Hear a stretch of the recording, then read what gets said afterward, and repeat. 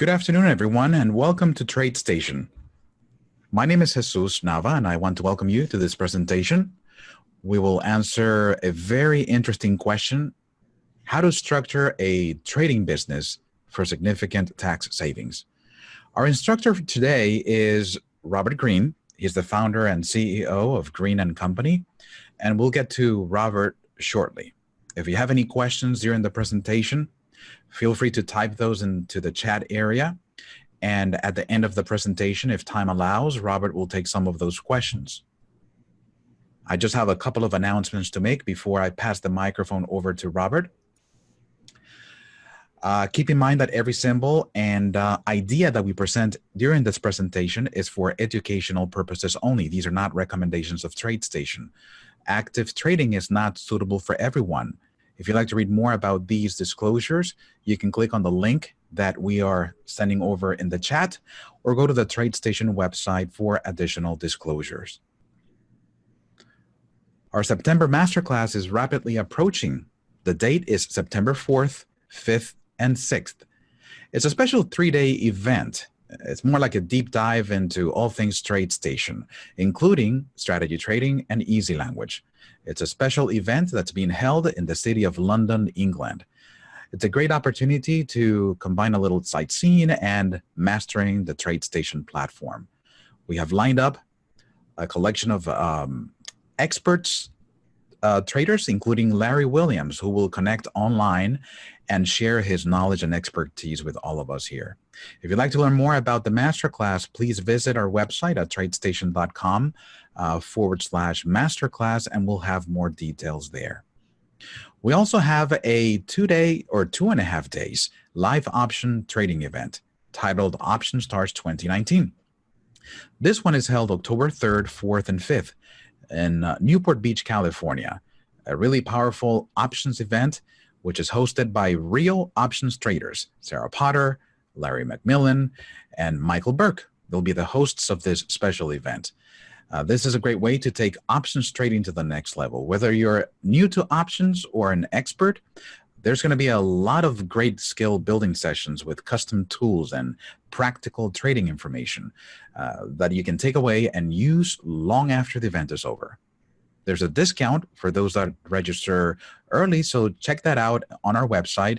The link is there, tradestation.com /optionstars. As I mentioned earlier, our instructor today is Robert Green. He's the founder and CEO of Green & Company. He's a leading authority on trader tax, an author, and a speaker at many media outlets. So we are very glad to have Robert with us here today, and I'm just going to pass the microphone over to him, and he'll start sharing for us his presentation. So Robert, the floor is all yours. Thank you for being here with us. Thank you, Jesus.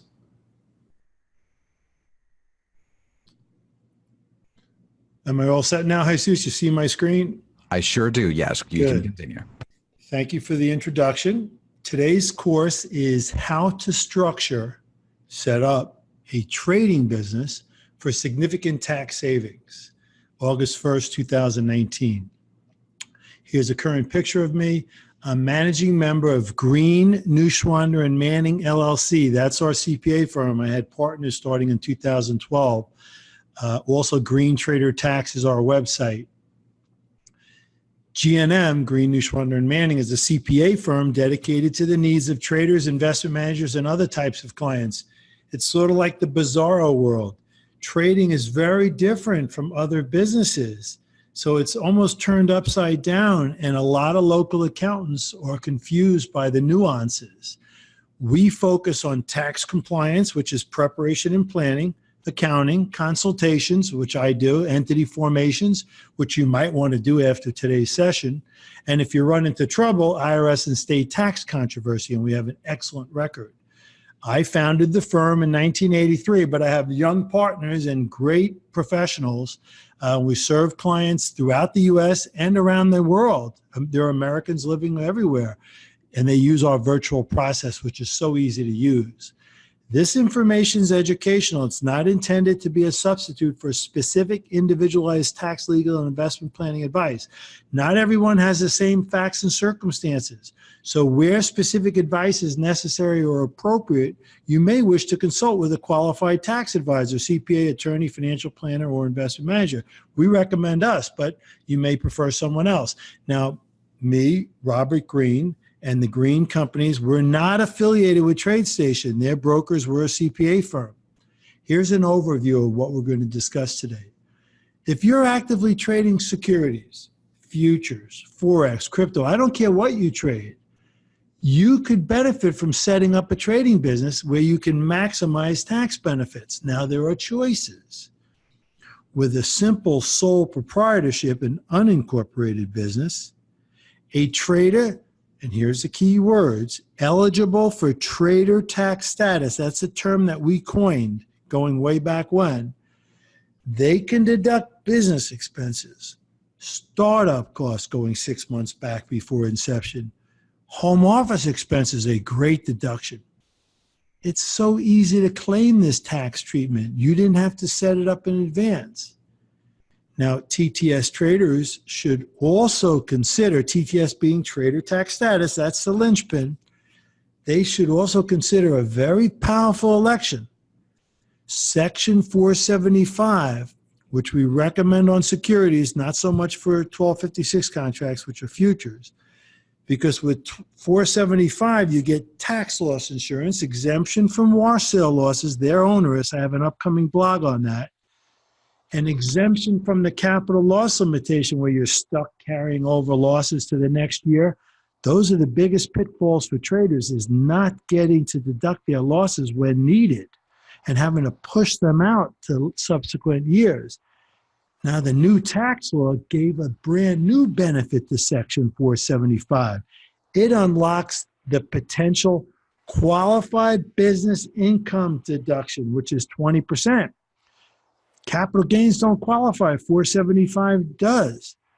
But the problem is that individuals had to elect 475 by April 15th. Now, you can claim TTS as a sole proprietor year to date, even last year, but that 475 election has to go in on time. Now, what's really nifty is that a new taxpayer, like a new TTS partnership, LLC partnership, general partnership, you can set that up now and elect 475 only on the partnership level within 75 days of inception. And that comes in handy later in the year. Now, if you want to go for the full gusto and get the whole assortment of tax benefits, by forming an LLC taxed as an S-Corp, a trader can claim TTS, elect 475 within 75 days of inception, and unlock the very powerful employee benefit deductions because you're an employee of the S-Corp. So you can deduct the health insurance premiums and retirement plan deductions. Those could add up to $80,000 and give you a huge tax benefits. But the sole proprietor and partnership can't do it. So let's start at the beginning here. Tax law favors a trading business. That's what's beautiful about America's tax code. Everything's about the entrepreneur. Whereas the investor, the employee, they don't fare as well. The new tax law, the Tax Cuts and Jobs Act, TCJA, it severely limits itemized deductions for investors. It used to be you could deduct a lot of things, not home office, not education, but you could deduct computers and certain things, but it was a 2% miscellaneous itemized deduction. And if you were over the threshold, you were good to go. They wiped that all out, technically suspended it until 2026, but for all intents and purposes, it's gone. The only thing left is stock borrow fees and margin interest expense up to the extent of margin of investment income. And then you have to itemize, which more people are not doing now because they roughly doubled the standard deduction. So if you're taking a standard deduction, you may not even feel any benefit of margin interest or stock borrow fees. Ouch. The business trader with trader tax status gets to deduct all those expenses, the whole assortment of business expenses. And we've had other content on that, other webinars and blog posts, and it's in the Green's 2019 Trader Tax Guide. So you want to deduct everything. Could be a lot of money depending on what you spend money on. Now, also the new tax law, they improved the business expensing, full expensing, like you buy equipment, you get fixed assets, tangible assets. They let you write off the whole thing. You don't have to get stuck depreciating it and amortizing it. TCJA is not done. It also introduced that powerful 20% deduction on qualified business income, QBI. But a lot of traders won't qualify for that, so don't get your hopes up. It includes a TTS trading business, so you got to pick up the expenses, but you need the income for the deduction, and that comes from 475. It excludes the capital gains, the interest, the dividends, all your portfolio income. Bottom line, a trading business is more valuable than ever before. And there are three good choices to consider.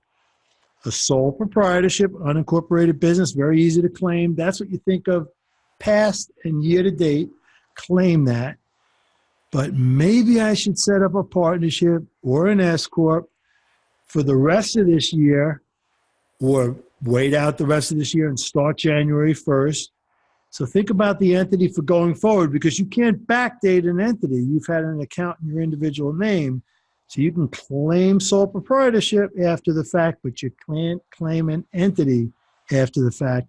Now, I know some of you may be thinking about C-Corps because the new tax law lowered the top rate from 35% to a flat rate of 21%. Some of you don't even pay a tax rate of 21%, but it's not suitable for traders because they're going to retain capital. The IRS may not allow them to have any earnings and profits retained in the company and hit you with a 20% accumulated earnings tax. Plus, there's double taxation issues on the state level.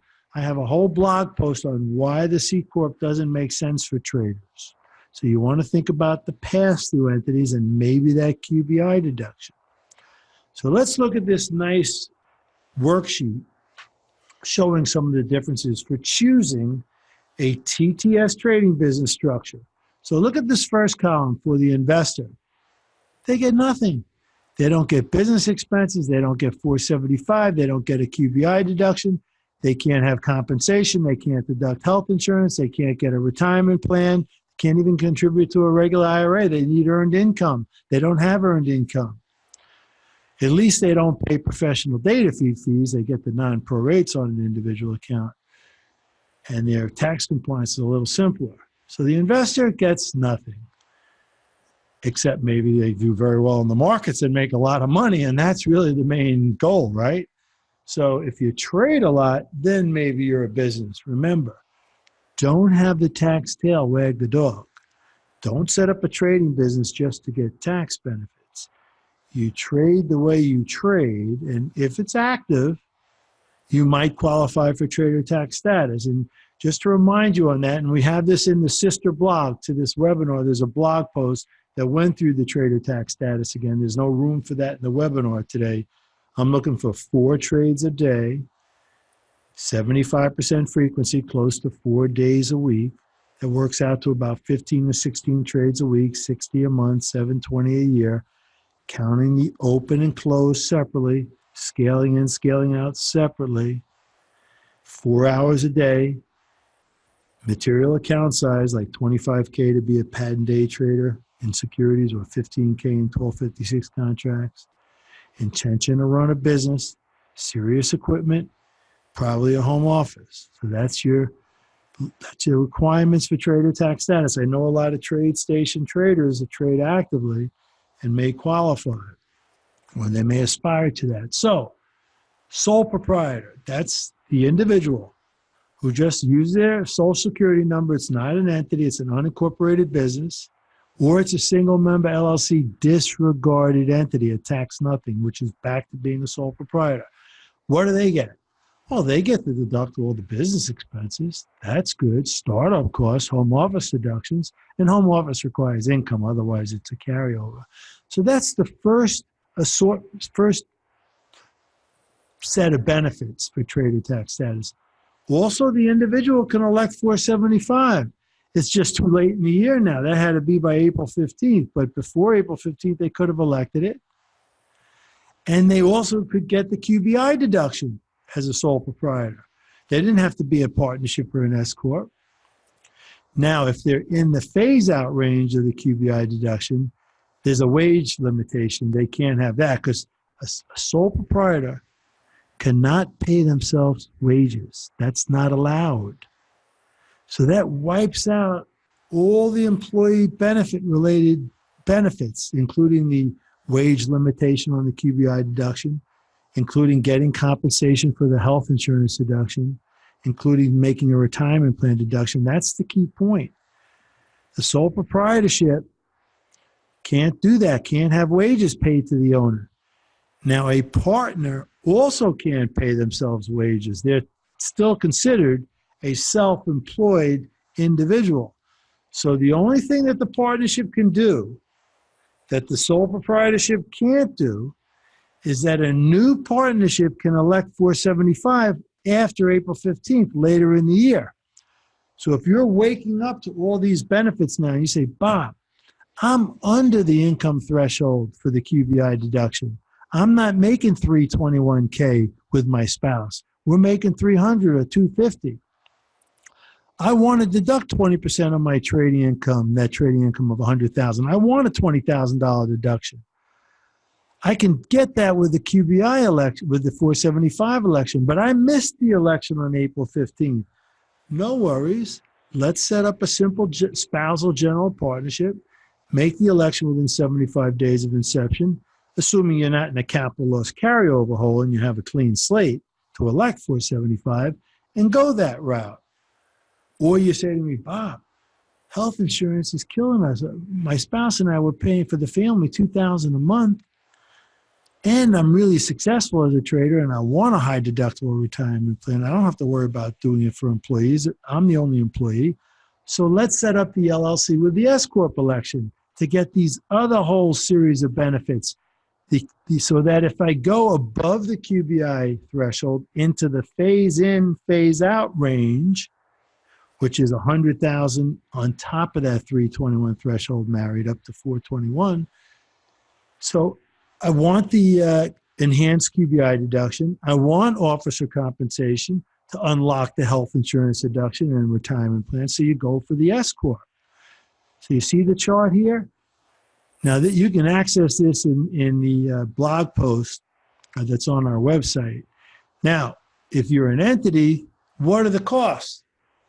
Well, with TradeStation and some of the top online brokers, they're going to charge you, because of the vendors, the higher professional data fees. That may be $125 more a month for equities data or $40 a month more for futures data. Speak to your broker to find out what the difference in the rates are going to be. And you want to make sure that the tax savings is compelling, that is a clear cut of saving you thousands and thousands of dollars to cover any potential costs. Like, for example, with our firm, if you have an individual return and an entity return, it's going to cost more for having the entity return. Not a lot more versus a sole proprietor, but more. If you have the S-Corp, you also need the payroll compliance service, which costs around $600 a year. Then you got to see, does your state have any minimum taxes for an entity? In California, they have an $800 minimum tax. In a lot of states, it's nominal. It's $50 or nothing for an annual report. So in most jurisdictions, it's not an issue at all of any concern. But you want to look into that. So you want to know the pros, the cons. It's less convenient to trade with an entity because you have an entity, an individual. Now, the entity gives you all sorts of other benefits. It looks better than an individual. It ring fences TTS versus your segregated investment positions. It prevents the IRS from playing havoc. There's a lot of reasons why the entity makes sense. And a lot of people, it comes down to consulting with me about it and seeing what I think about your factors A lot of people come to me and saying, Bob, I want the S-Corp just like you say in the content. And I think it's premature. I may tell them to wait another year. So I want to know that the benefits really outweigh the costs. Like one cost is payroll tax on the wages that go with a retirement plan. So you need a retirement deduction at a high enough tax bracket that's going to give you so many thousands of dollars of savings that it is much better than the payroll tax. I had a client yesterday that wanted payroll tax, so he had more Social Security benefits in retirement. So let's start with the sole proprietor. It's easy to set up and operate. You're going to file a Schedule C, profit or loss from business, sole proprietorship. An individual TTS trader, that's where you're going to deduct your business expenses, your startup costs. So let's say you had an educational class 2 months ago and you paid $10,000. And you start your business next month. That's within 6 months. We capitalize that as a startup cost. We expense up to $5,000 the first year and the rest of it over 15 years. And maybe we can allocate some of that $10,000 to post-TTS commencement with the accrual method to accelerate the deductions. So you get a chance to not just get your expenses going forward, but to capture your fixed assets and tangible assets, capitalize it onto the business organization expenses to maximize expensing. Maximize your home office deduction. This stuff adds up, folks. It can save traders 8, 10, 15, 20, or much more in tax savings. And I'm talking about the average trader. Some could be a lot more if you have big stock borrow fees or margin interest or staff or an outside office or a Bloomberg. Now, Schedule C losses, they're above the line deductions from gross income. They just lower your gross income, even before adjusted gross income. That helps you in all sorts of ways. That's so much better than your investment expenses, which are now suspended, but it's better than standard or itemized deductions, which are below the line. Now, how do you set this up? What do you have to do? Very little. You're going to use an individual brokerage account. You may have one right now. You may be realizing that you started to qualify for this status in February, in March, as you ramped up. And we can claim it after the fact. So you're going to have an individual brokerage account in your name with your Social Security number. Now, you can also use a joint individual account with your spouse, but it's better to list the trader's name and Social Security number first. If you come to me and say, Bob, I have an account that's in the name of my spouse with my spouse's Social Security number, and I'm not on the account at all, and I'm the trader and my spouse does not trade, you're an investment advisor, probably without compensation. Your spouse is an investor, and your spouse can't claim trader tax status, so you got to get the naming of the account correct. And the 1099 is better to have your name on it with your Social Security number, and they're going to send it to the first spouse name listed on the account. So get that sorted out. It's not that easy to change things with a broker. You can't just retitle accounts. So look into that now. Now, you don't need a separate employer identification number. Now, you may want to have one if you're going to have employees on payroll, but otherwise you can use your Social Security number. And the IRS is moving in the direction of PTIN or more secure encrypted numbers to protect people's Social Security numbers. Now, again, you didn't have to make filings in advance. There is no state filing required for a sole proprietorship. As you would if you were setting up an LLC, you're filing with the state for a certificate of organization. If you're setting up a corporation, you're filing for a certificate of incorporation. You're not doing that. Now, you may want to look into, if you have a fictitious name or a DBA, you may have to file it with your accounting clerk. Now, you don't need a DBA, a doing business as, but you can if you prefer to have one. And your local tax authority may say, well, if it's a business, you have to owe maybe a small property tax of $100. It's not really a business for local business jurisdictions. You don't have a shingle that you're putting up. You don't have business revenue. It's really a capital gains investment activity for purposes of local law. but check with your own local jurisdiction if you want. Now, there isn't a federal or state election for claiming TTS. I get this all the time. People contact me, Bob, can you help me elect trader tax status? You don't elect it. It's determined based on facts and circumstances assessed at year end. So let's say you do a consultation with me next week. I do the 45-minute consultations. And I go through all the TTS qualifications. I ask you all the questions. You give me all the answers based on your year-to-date end plan. And it sounds good, and it sounds like you qualify. And then you work with my partners at year end on the tax compliance. And my partner says to you, hey, wait a second. I looked at your facts and circumstances, your trade accounting reports. This is not what you told Bob. You told Bob you had 6 trades a day. You only had 2. You said you had frequency of 80%. You only had 60%. So think of this as you're putting the bread in the oven and you're baking it. And at the end of the year, we take that bread out of the oven. It either rose to bread or it's flat bread. And we're like an umpire. We call the balls and strikes the way we see them. We don't file with trader tax status because it's better for you. That would kill our credibility with the IRS. It would be unethical, and it would hurt all our clients.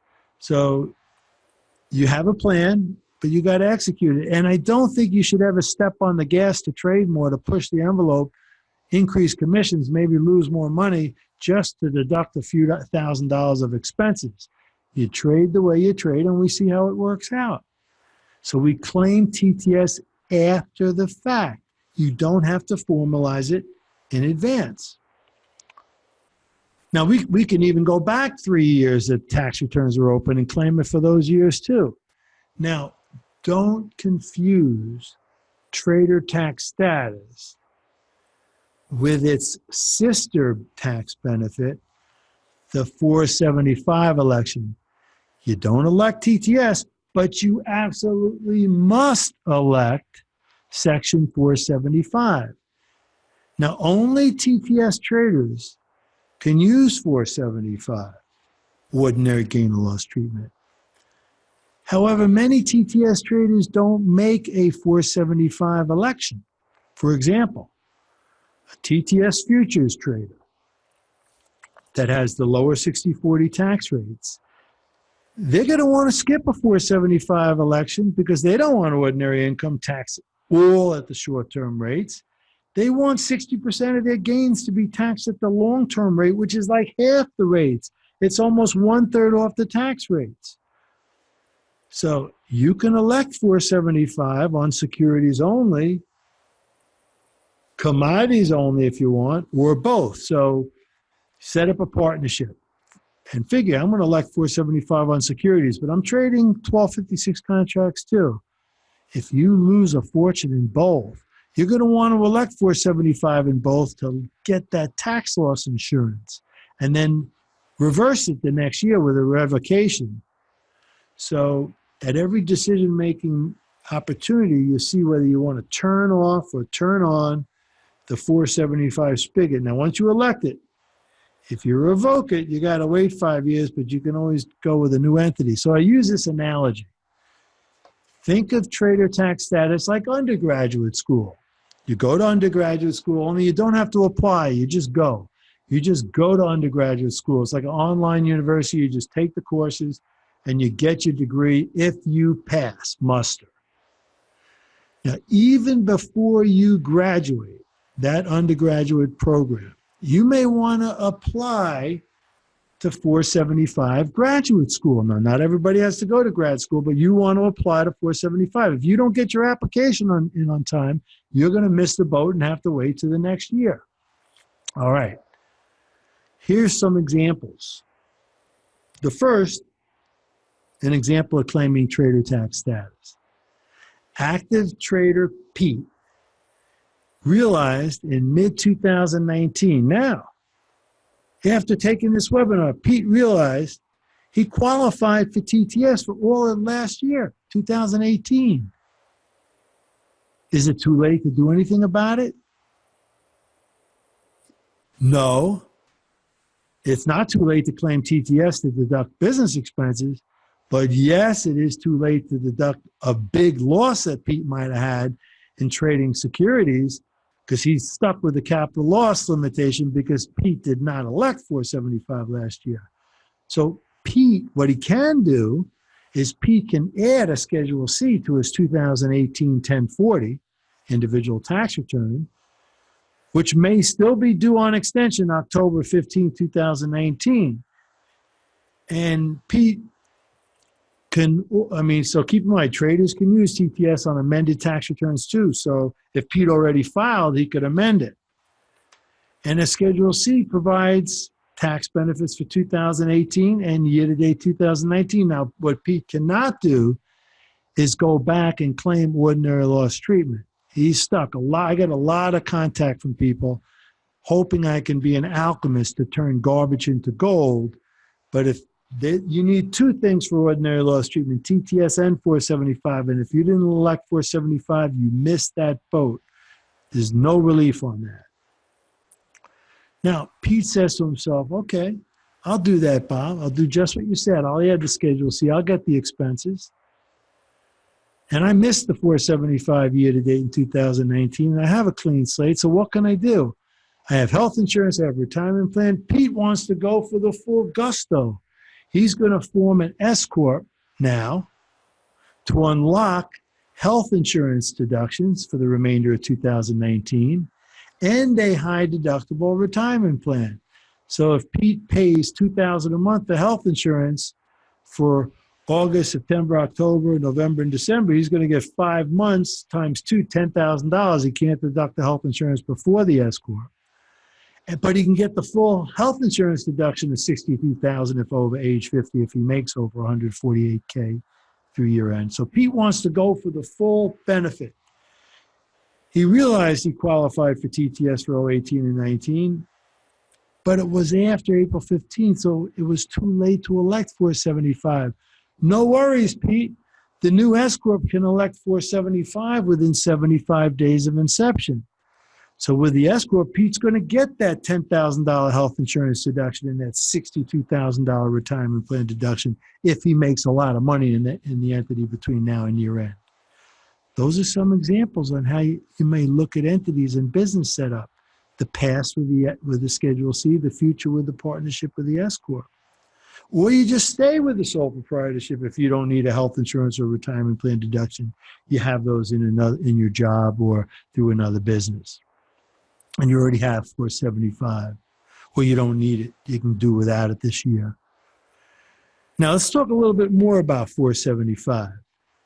It's ordinary gain or loss treatment, tax loss insurance, and it provides an opportunity for a 20% QBI deduction.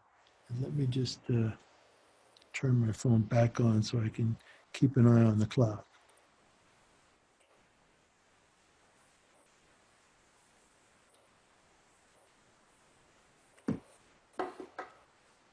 Just 1 second.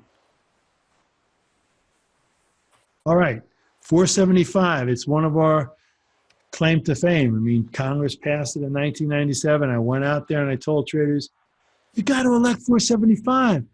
These markets are crazy. There may be a huge correction.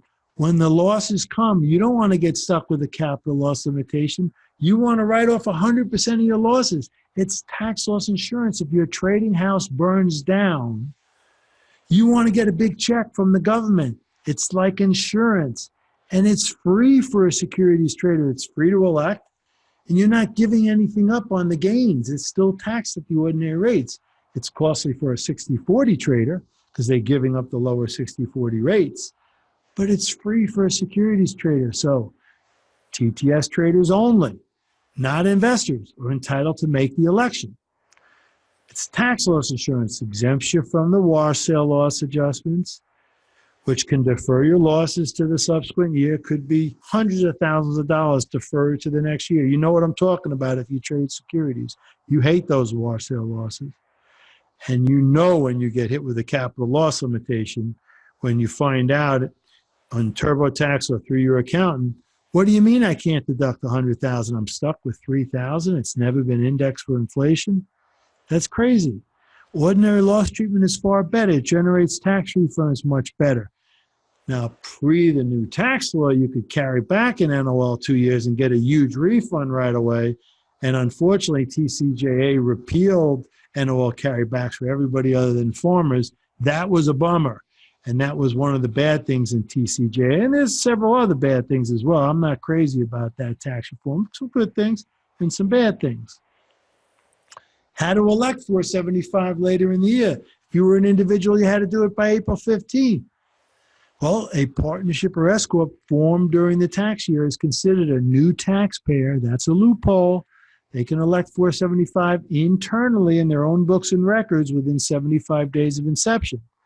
Because if you were an individual, you had to elect it by April 15th by attaching the election to your extension or return that you filed with the IRS. So you attached a 2019 election to your 2018 return. So you're electing a few months into the year. The IRS doesn't want hindsight here. They don't want people getting the best of both worlds. They want you to either elect it or not. They don't want any games on this. Now, you don't just jump into 475. You may have already fallen into the pitfall of capital loss carryovers. You may be in a big hole. You may be nursing some unrealized losses on a portfolio of stocks. That's going to generate capital losses. Any stocks that you're holding as an individual without 475, whether they're trading or investment positions, they're stuck with capital loss treatment whenever you take those losses. You can't just contribute those positions to an entity with 475 and think you're going to be an alchemist to turn them into ordinary losses. You have capital loss carryover hole. All right, you're setting up a new entity. Does that jeopardize those capital loss carryovers? Absolutely not. Your new entity can pass through capital gains on the Schedule K1 to use up the capital loss carryovers. Remember, capital loss carryover can be absorbed in full against capital gains wherever they come from that wind up on your individual return, pass through or not, investment or not, TTS or not. There's no limitation of capital losses against capital gains. The only limitation is against other income. That's where the 3K limitation comes in. So your new entity, you set it up. You have a capital loss carryover hole. First 75 days, you make a lot of money, you skip 475 to pass through capital gains. First 75 days, you lose a lot of money, you elect 475 for ordinary losses. You don't want to add to your capital loss carryover. And then you can revoke it the next year to get back to capital gains.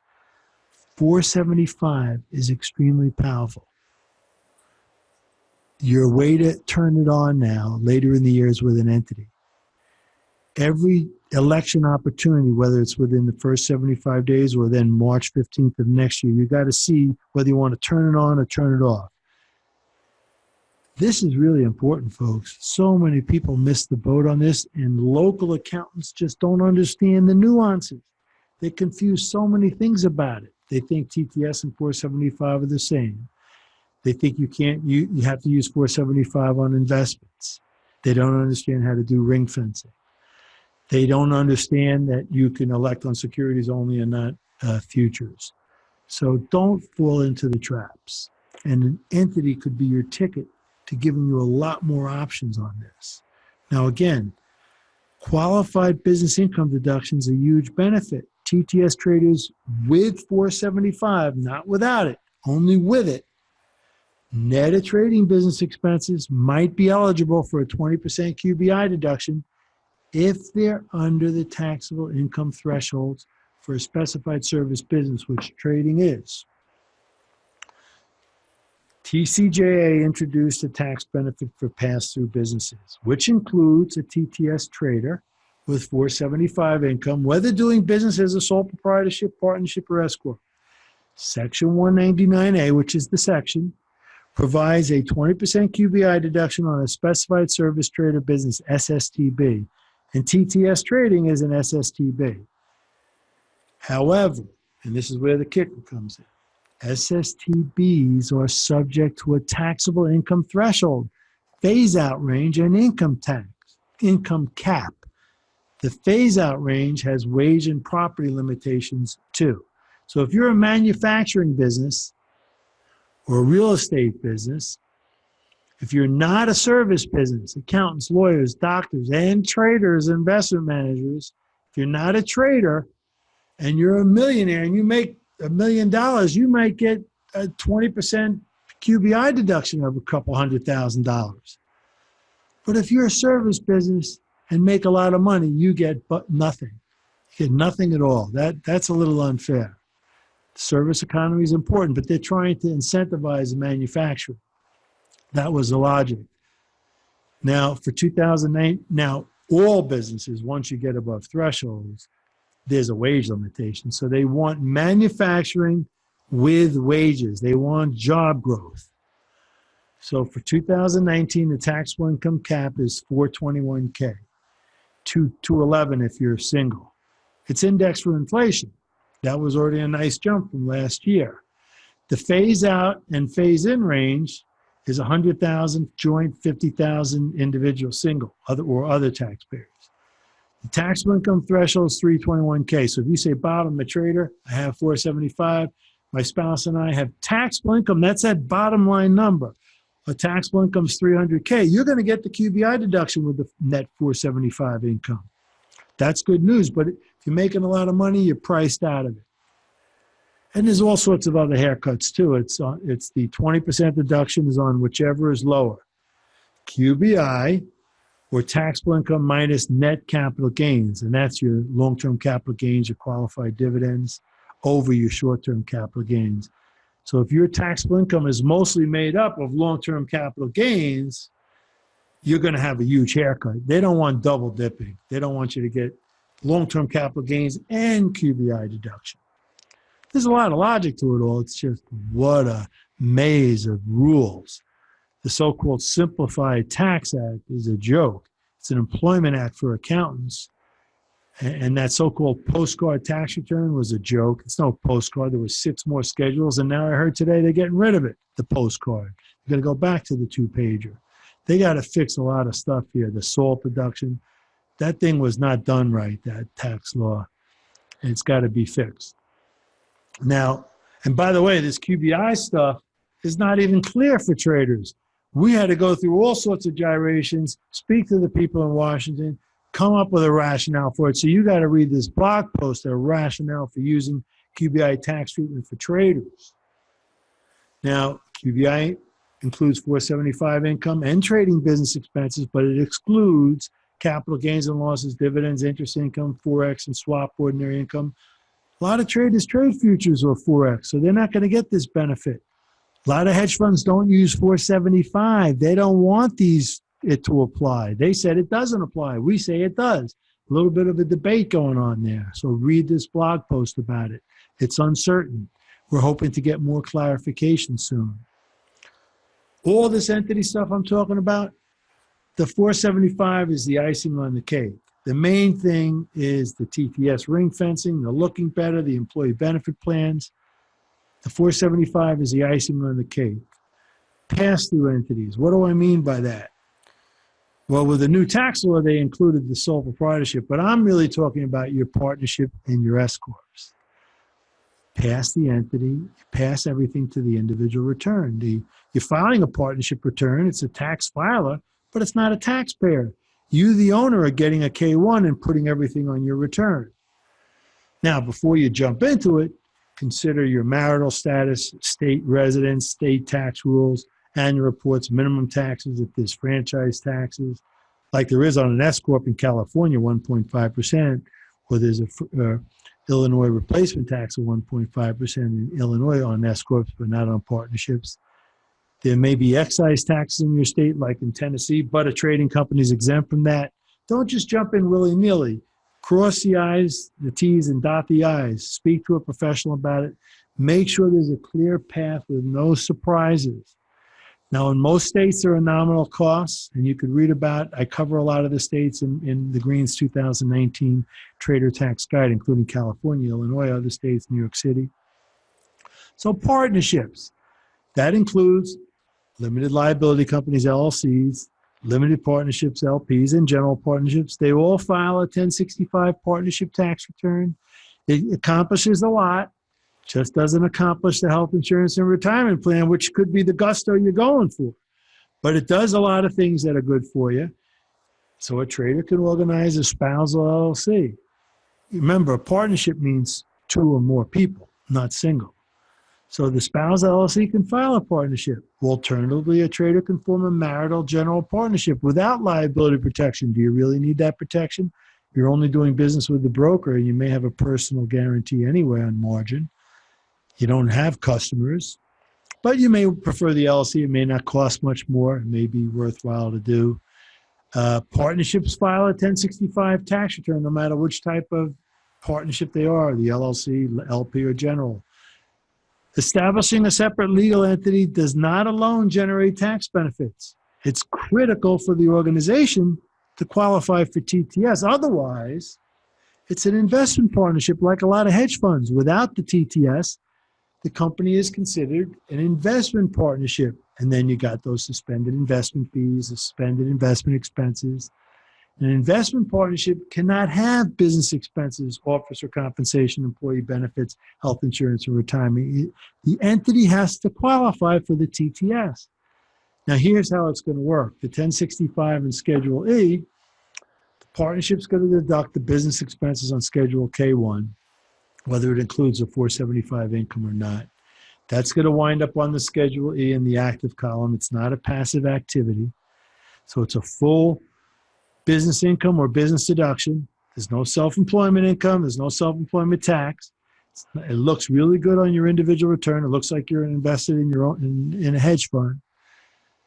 The IRS sees on the 1065, they see the separately stated capital gains and portfolio income, so they see it's a successful activity. That looks a lot better than the Schedule C. And if the partnership agreement provides for it, the partnership can deduct unreimbursed partnership expenses, including home office expenses and more. I'm going to pick up the pace a little bit because we have a bunch of more slides and we're at 5:16 now. We ended 5:30. A partnership looks better than the Schedule C. Schedule C just has expenses. It looks like a losing business. You have to explain the whole thing in the footnotes. Partnership has everything consolidated. It's better. It's a great way to segregate your trading from investment positions for ring fencing. You got your investment portfolio. You got your trading portfolio. You trade Apple in both. It really confuses the IRS. You want to elect 475.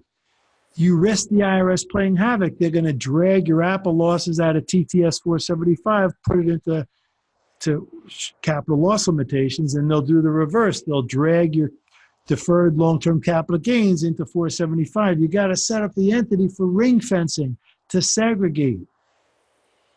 Now, let's talk about the S-Corp. It's going to do all those things the partnership did, the late 475 election, the consolidation, the ring fencing, but it's going to then bring in also the health and retirement plan deductions. So you're going to set up an LLC or a corporation, and you're going to elect Form 2553 S-Corp election within 75 days of inception. If you have an existing S-Corp, you had to make the election by March 15. Now, most states accept the federal election. A few states like New York and New Jersey, you have to file separately. There is relief for a late election, but you had to have the intention of making the election. So if there was a botch between you and the attorney and you intended it, you can claim that relief. And don't forget, the S-Corp can also elect the 475 within 75 days of inception. Now, one owner is allowed. Unlike a partnership where you need two, the S-Corp could have the one owner because you could have a single member LLC that elects S-Corp status. If the single member LLC doesn't elect S-Corp status, it's a disregarded entity, a tax nothing, which takes you back to the sole proprietorship, and you don't want that. Now, the S-Corp's going to unlock the employee benefit deductions, the health insurance, and the retirement plan. You're going to do this through payroll at year end. You're going to wait until December and then do it. Sole proprietors and partners can't do it. They can't pay themselves wages. The partnership can't do it within an administration fee or a guaranteed payment because it creates negative SEI. Take my word for it. It's in the slides. It can't be done. You need the S-Corp wages to unlock the health insurance, and here's how it works. You're going to add the health insurance to officer compensation. There's no payroll tax. And that's how the deduction works. I have more details about it on the slides, which I'm going to go through a little bit here because they get a little confusing. A married securities trader in a high tax state may want to write off $24,000 at a 40% tax bracket. The deduction is going to save them $9,600. There's no offsetting payroll tax. It's a great idea. So you're going to add it to the officer compensation. There's no payroll tax. That's how the deduction works. There's more details on the slides and in the blog post. I want to save some time for questions, so I sped it up a little bit. How do you do the retirement plan? Well, you want to wait to see if you have profits at year end. You're going to work with one of our CPAs in December, and you're going to say, Bob, I made $25,000. I want to do the $25,000 elective deferral. So you're going to open up the solo 401k, put in $25,000.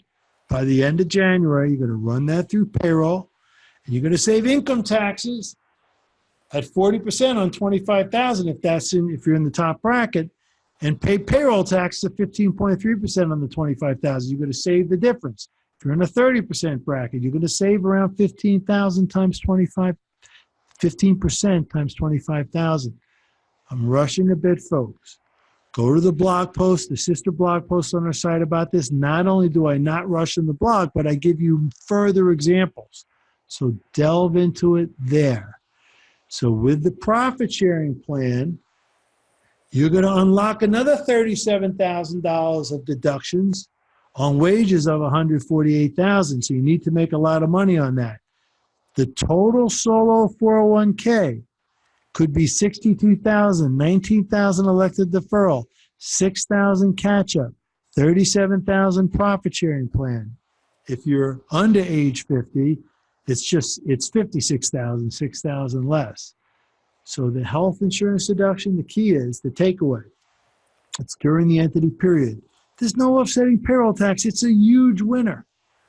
With the solo 401k, there is offsetting payroll tax, but if you're in a decent tax bracket, the income tax savings wipes out the payroll cost, and then you grow that plan tax-free for life until taking distributions. And you can also consider a Roth solo 401k where you skip the income tax deduction, and the Roth solo 401k is permanently tax-free on growth and contributions, all the money you put in, all the growth. And you can grow it a lot as a trader. You don't have to take required minimum distributions, and when you do, they're tax-free, and you can even pass on that benefit to your heirs in death.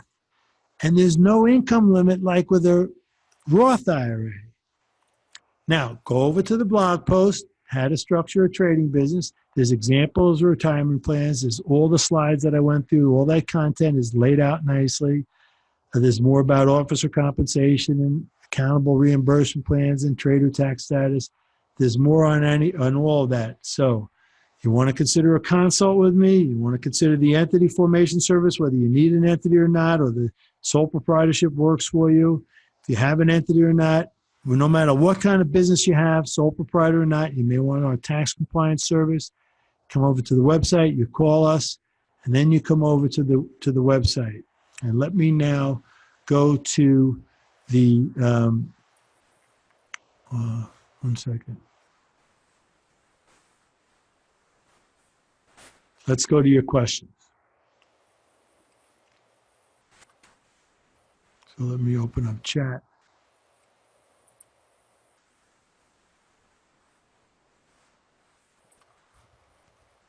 Excuse me, I'll get the chat question and answers. No questions. Let me look in chat. Do you see questions there, Jesus? Yeah, there are several questions that are coming in the chat. So if you pull up the chat, I pulled up Q&A, and yeah, it's not Q&A. So make sure that you click on the button that says chat. There's nothing that says chat. Huh? Chat. Hold on. Okay, hold on. I got it now. Got it? It was under the more. All right. So I saved. Do we need a hard break at 5:30, Jesus, or can we go a few minutes longer? You can definitely go a few more minutes. Sure. Okay, good. All right, I rushed the slides a bit so we could go to some of the questions. And I'll say first name and last initial. Aaron H. What if the trading company is set up with a tax shelter self-directed IRA? I don't like that. It's a real problem. Go to our blog post. Go to the, I don't know why it came up, service unavailable there. Hold on a second. So go to the blog post and click on retirement accounts, and there's a whole blog post about you do not want self-directed IRAs. It doesn't work. And I go through the whole reason why.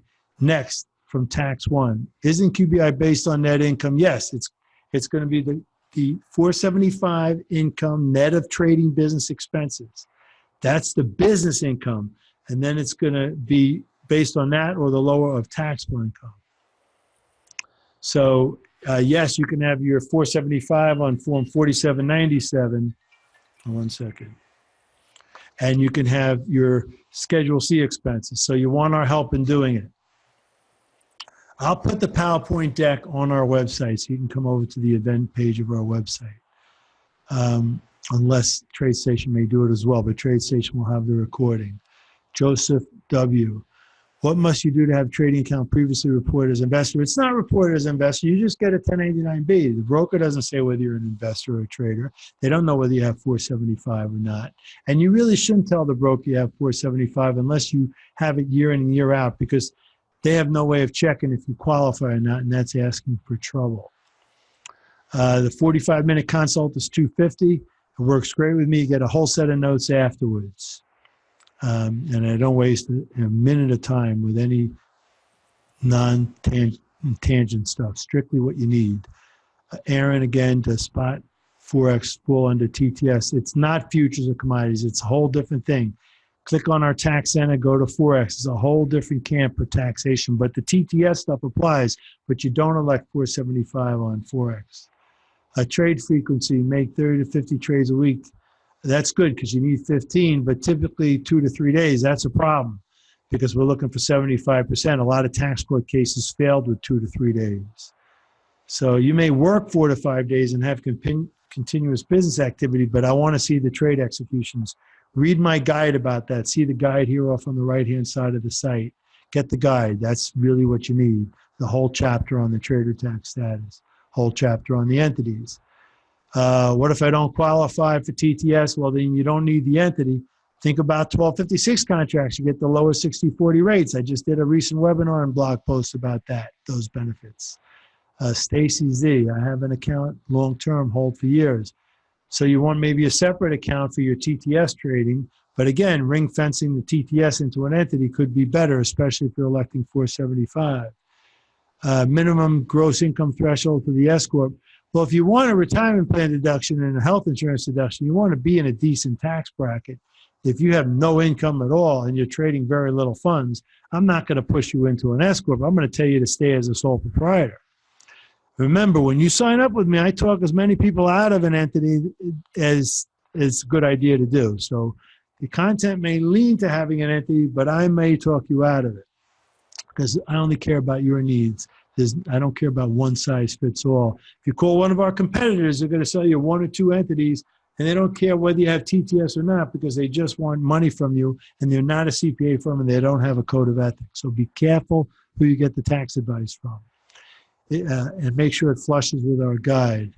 I'm going to try to go to first-time questions only. Many of you have multiple questions. Send me emails afterwards to info@greentradertax.com. And I can put that in the chat board. So it's you can go to info@greentradertax.com. So I just put that up on the chat. So let me go back to where I was. The longer we can stay, Jesus, the better. I know people love getting the answers to the questions. You can always cut it off for the recording if you want or include it. Tony C., off the top of your head, are you familiar enough with Puerto Rico? Yes. We cover Puerto Rico. Go to the blog post. We covered it in full.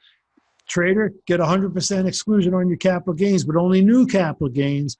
Got to satisfy the requirements. It could be a great thing. A lot of people are interested, but you want to be a good money maker on that. So we've been covering that all along, and we have contacts down there that can help as well. Stephen P., I have an existing LLC, single member, Massachusetts. S-Corp, well, the S-Corp, you're going to have like a 456 CET tax, and if you make over $6 million, a little bit more. You still need the 720 trades annualized. You still have to qualify for everything. You may not want 475 if you're trading futures. You had a long question, Stephen. Bring that to me in an email.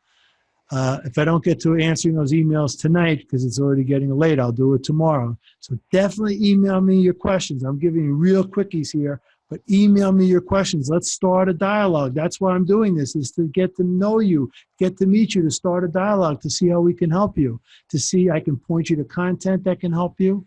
And if I want to recommend a consultation, I'll do it. You want to have that first before the entity formation. Jason D., can my LLC and myself form a partnership? If you have a single member LLC S-Corp, yes, that can be your partner in a trading partnership. Yes, but then you gotta have a dual entity solution, and you want to make sure that works for you. In some states, a dual entity solution makes sense. If you want to have a health reimbursement account, then you're going to want to have a C-Corp management company in your trading partnership. I'm going to have more content about health insurance, HSAs, HRAs coming up soon. We've had existing content, and I'm going to freshen it up. The YouTube, you can just look for Grain Trader Tax on YouTube. You'll see all of our content, a lot of content over the years. So Green Trader Tax is the channel. QBI posts on the website. Remember, right on the homepage, you see blog posts on the right here. You see events. You see all the prior content. And there's a lot of content. I've been doing this a long time. Nick D., hold on. You have a capital loss carryover. Best way to use it up as an individual, as a trader, you want to hold off on the 475 if you got a big capital loss carryover. What if gross income is not over 100K? You still may want the LLC entity. It's not just dependent on income. It depends on deductibility of the health insurance and retirement. You got very little income, very little money. You're not thinking too much about health insurance and retirement plan deductions. You got other fish to fry, so you want to hold off on the entity. There's no David K., no grandfathering on 475. You either had them, if you elected it in the past, and you said 1980s, it didn't exist then. It wasn't expanded to traders until 1997. You had it years ago. It's suspended. You still have it until you revoke it, so you might still be in luck. Remember, there's a lot of nuances. Check the content and then consider the consult with me. Jesus, you can jump in at any time, but there's a lot more questions here. So you jump in whenever you want, Jesus, to cut me off, but I'm on a roll. Tam, this is fine. Okay, good. Tam N, and I know the people like it, so it's up to you. Tam N, with the S-Corp, do you have to pay salaries every month? No, you're going to wait until December, do the whole health insurance then, whether you have gains or losses, but you're not doing the solo 401k based on losses. It's only based on gains. So you could have made money all year, but lost it in November. So we wait and do the whole payroll in one shot, which makes it a lot more convenient for you as well. And then the whole wage withholding could go to payroll withholding, so that you didn't have to pay the estimated taxes during the year. The QBI works with the JIG RP. It works with partnership. It has the 475. Kevin B., what is the best way to do initial funding as capital, not debt? You'll get the recording later, Jeff. Andy Tem, how does one make the MTM election for the LLC? It's 75 days of inception. It's an internal resolution that you email to yourself as a timestamp. It's in the guide. Get the guide. It's there. Look at the blog post. Just look at a category. Scroll down. You'll see there's a whole 475 blog post that gave you everything right here. Traders election for 475. If you have questions, there are answers for free on our website. Then you got nuanced questions, then you do the consult with me. First get the free answers, then go to the premium guide for more intensive content, then go to the consult. All right, so Stephen B., if I have a hedge fund structure, 100% owned, should I charge S-Corp? No, you do not want your hedge fund to be an S-Corp, because then you can't have profit allocations carried interest, which is the way you want to get paid. You don't want to get paid a fee, you want to get carried interest. Otherwise, investors can't deduct what they pay you. A TTS hedge fund can. So you go, okay, here's an example. Go over to the website. Let me just move over. Click on the tax center and scroll down. I can't see here because I have some of this. Okay, yeah, I can see now. You scroll down to investment management and you read about separately managed accounts versus hedge funds, and you get a lot of information there. Let me go back to the chat. Brian L., do all the benefits still qualify for joint trading account? No, remember this, the joint account is like the individual account. It's just the business expenses. And you can also, startup costs in home office, and you can make a 475 election by April 15th of the given year, but you're not getting the late year 475 election. You're not getting the ring fencing. You're not getting the health insurance and retirement. The health insurance and retirement you need the S-Corp for. Okay. If you call us, remember, we answer the phone, but we don't have a lot of administrators. We prefer the email, the chat. Sometimes it's offline chat. We're very busy again now. Summertime, we were less busy. We're very busy again now because we got the September 15th deadline for entities, partnerships, and S-Corps, and October 15th. So if you email us, we're going to reply right away the same day. But if you call us, you might get voicemail because that's just the way we work. So we're on top of the case for you, but you might get a voice message. So email is better. State your business, and you will get an answer from me. But I, of course, don't answer phones, and our admin people are tied up with, we're very busy now, but we never get too busy. And we only work with clients that we have a new client evaluation with, and we make sure it's a good fit. So you'll read about our virtual process online. Okay, so James D. Changes in 2020 with health reimbursement accounts. James, I was all over that today. I added a few slides, but I couldn't use them because I had to use the ones approved by TradeStation earlier in the week. HRAs are for C-Corps. If you're an owner of a non-C-Corp, like an owner of an S-Corp or a partnership or a sole proprietorship, you're a self-employed individual. You can't participate in the HRA. You can have the HSA, and everybody can get an HSA deduction, whether you're an investor, whether you have TTS or not. So you definitely want your ASA, which can also pay your COBRA when you leave your job, so you get a deduction that way. But your health insurance premiums, you need the S-Corp. And the only time you're going to go into a C-Corp with an HRA is if you have the dual entity solution, the trading partnership and the C-Corp management company. I know I'm going fast because there's a tremendous number of questions and I could get cut off at any point here. But again, bring your questions to me by email. It's nice in a forum like this because you're sitting there, you may not have a question, but everyone else has great questions and you're loving it. You're appreciating their questions. Nick D, if you have capital as carryover, you can use it up as an investor with a new TTS entity. It doesn't matter. It's all going to pass through to your Schedule D, and it's going to use up your capital as carryover, whether it's short-term or long-term, and you have those carryovers for life. Hey, there's only a couple of questions left. We're going to get them all in there, Jesus. Hermond P, tax return filed, NTM, 475 approved, but you have 850,000 capital gain. I'm not sure what your question is there, Hermond. Clean it up and send it over to me. Best entity paying tax option spread. Doesn't matter what you trade. The entity choice is based on other things. So whatever you trade may involve 475 or tax treatment and things like that. We have a whole lot of content on that and how option traders qualify for TTS. But that question, Miroslava, I think you have to retool it and send it over to me. Elliot L. Last question. I live in Asia, qualify for TTS, trade futures. Yeah, you want to get those 1256 benefits. I'm not sure what you mean by you want the foreign earned income exclusion. Yeah, you set up the S-Corp. That's another benefit. I didn't put it in the slides.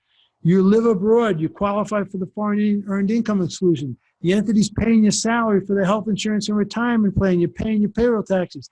You're also going to get the 106,000 foreign earned income exclusion. Your capital gains may be tax-free in Hong Kong or Singapore. I forget where. You definitely want that foreign earned income exclusion. I cover that in the guide. Presto, I made it to the end of the questions, Jesus. That worked out well. So that's great. I'm going back to you. Everybody come to the site, send me an email. I will email a reply tomorrow. We're looking forward to meeting you and doing business with you. I know a lot of our clients and users were on this site. And by the way, we have a nice relationship with TradeStation. There's a 20% rebate program on commissions.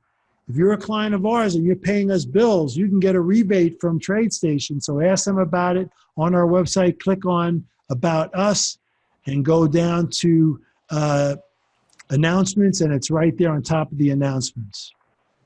So let me do that. Bring that up.